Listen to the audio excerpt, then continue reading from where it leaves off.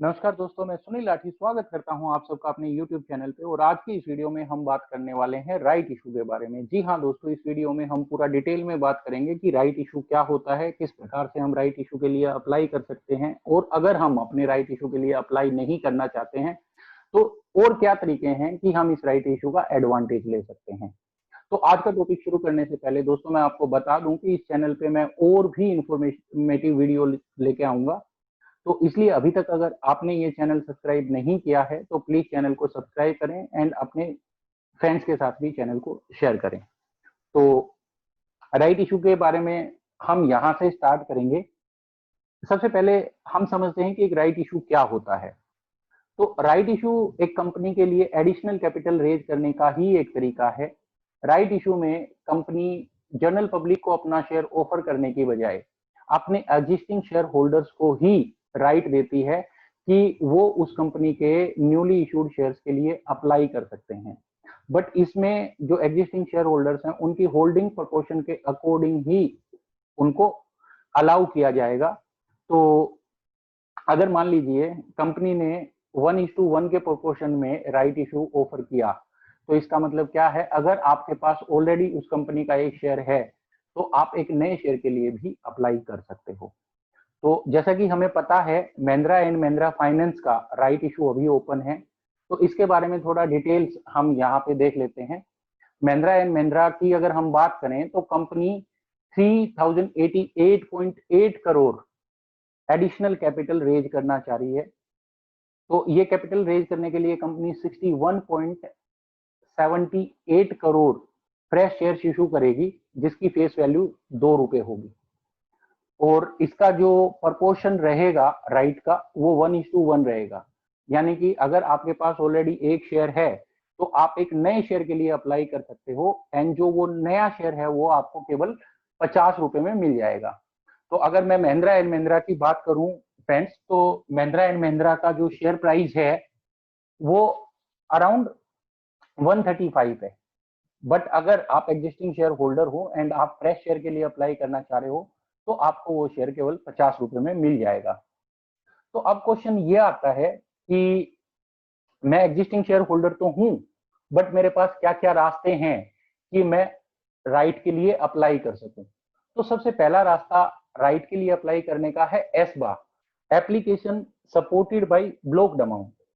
जिस तरीके से आईपीओ में एसबा फैसिलिटी को यूज करते हुए हम अप्लाई करते हैं, उसी तरीके से राइट इशू के लिए भी हम एसपा फैसिलिटी का यूज कर सकते हैं अप्लाई करने के लिए।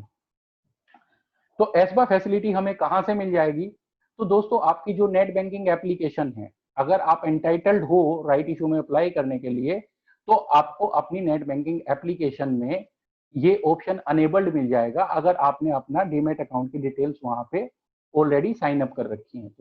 तो वहां से आप एसबा फैसिलिटी को यूज करते हुए राइट इशू के लिए अप्लाई कर सकते हो, जो प्रपोर्शन कंपनी ने ऑफर किया है उसी प्रपोर्शन में। दूसरा तरीका आपके पास ये है कि आप एग्जिस्टिंग शेयर होल्डर हैं तो डेफिनेटली कंपनी के रजिस्ट्रार एंड ट्रांसफर एजेंट ने आपको एक ईमेल किया होगा जिसमें आपको कंपोजिट एप्लीकेशन फॉर्म मिल जाएगा।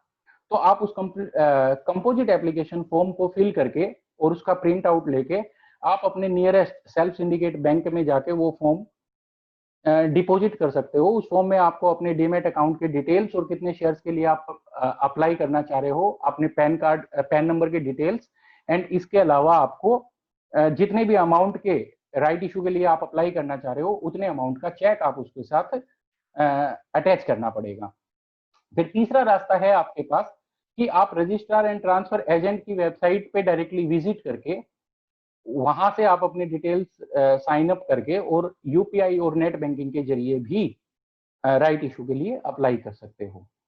अब क्वेश्चन ये है कि मेरे को राइट तो एंटाइटल कर दिया कंपनी ने, बट क्या हो अगर मैं राइट के लिए अप्लाई नहीं करूं तो यहाँ पे हम समझ सकते हैं कि अगर आप चाहो तो आप अपने राइट को छोड़ सकते हो, यानी कि you can let the right lapse if you do not want to apply. कई बार होता है कि अगर आपको कंपनी का शेयर में कोई फ्यूचर प्रोस्पेक्टस अच्छे नजर नहीं आ रहे हैं and you do not want to apply for more shares, then you can let your right lapse, right. दूसरी कंडीशन ये है दोस्तों कि अगर मान लीजिए आप इसका एडवांटेज लेना चाहते हो। Let's suppose you do not want to buy new shares but still you want to take advantage. तो ये जो महिंद्रा एंड महिंद्रा फाइनेंस का जो राइट इशू आया है, ये स्टॉक एक्सचेंज पे ट्रेडिंग के लिए अवेलेबल है, यानी कि आप अपने राइट को किसी दूसरे पर्सन को सेल कर सकते हो जो एग्जिस्टिंग शेयर होल्डर नहीं है, या कोई भी ऐसा पर्सन जो राइट आपसे परचेज राइट इशू में अप्लाई करना चाह रहा है but he is not entitled, तो वो क्या कर सकता है, आपसे वो राइट परचेज कर लेगा। कहने का मतलब ये है कि आप अपना राइट किसी और को सेल कर सकते हो और इसके बदले में आपको पैसे मिल जाएंगे। ठीक है, तो महिंद्रा एंड महिंद्रा का राइट अगर आप अपना सेल करना चाह रहे हो तो आप क्या करोगे, अपने ट्रेडिंग टर्मिनल में ये वाला सिंबल, ये देखिए M&M फिन, इसके बाद ये हाइफन और RE, ये वाला सिंबल आप अपने ट्रेडिंग टर्मिनल पे ऐड करोगे और वहां पे जैसे एक जर्नल शेयर को हम सेल करते हैं उसी तरीके से आप अपने राइट को सेल कर सकते हो। तो इस एग्जांपल में आप ये समझें कि मान लीजिए आपके पास ऑलरेडी 100 शेयर्स हैं, तो इसका मतलब आपको 100 शेयर्स का अनटाइटलमेंट मिला है और आप वो शेयर्स के लिए अप्लाई नहीं करना चाह रहे, फ्रेश शेयर्स आप बाय नहीं करना चाह रहे, तो उन 100 शेयर्स को आप ये वाले सिंबल के जरिए सेल कर सकते हो एंड जो भी बायर इंटरेस्टेड है परचेज करने में वो इसको परचेज कर देगा। सिंपल, जैसे एक ऑर्डिनरी शेयर को हम स्टॉक एक्सचेंज के प्लेटफॉर्म पे ट्रेड करते हैं उसी तरीके से ये प्लेटफॉर्म पे ट्रेड किया जा सकता है। ठीक है, तो ये राइट का जो प्राइस है किस प्राइस पे मेरा बिकेगा, अब ये क्वेश्चन आता है। तो जैसे कि हमें पता है कि कंपनी हमें 50 रुपए में देगी, बट मैं अपना राइट किसी और को 50 रुपए में क्यों दूंगा, मैं अपना राइट किसी को भी अगर सेल करना चाहूंगा तो डेफिनेटली उसके लिए मेरे को कुछ तो एडवांटेज चाहिए। तो बेसिकली जब ये राइट लिस्ट किया जाता है एक्सचेंज पे तो इसका एक बेस प्राइस कंसीडर किया जाएगा फर्स्ट डे में, और ये बेस प्राइस कैसे होता है, प्रीवियस डे में स्टॉक का जो क्लोजिंग प्राइस है उसमें से राइट एंटाइटलमेंट प्राइस को माइनस कर दिया जाएगा।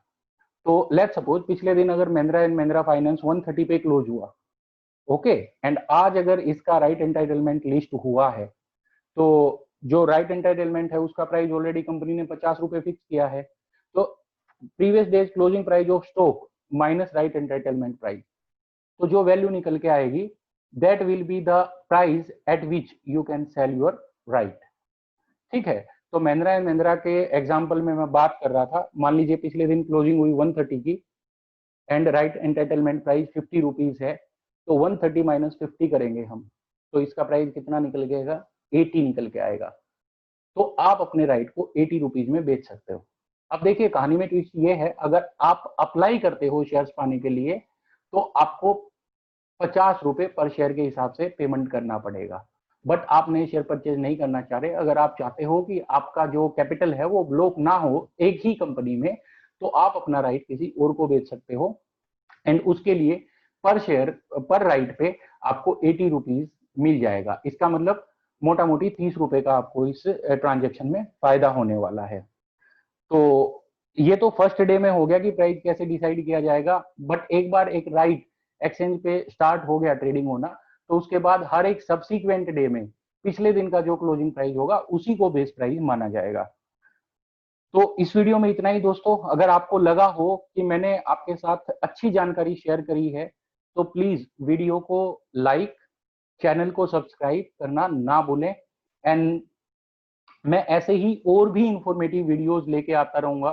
अगर आप चाहते हो कि मेरे सारे वीडियोस का अपडेट आपको मिलता रहे तो please subscribe the channel and don't forget to press the bell notification. Thank you for watching.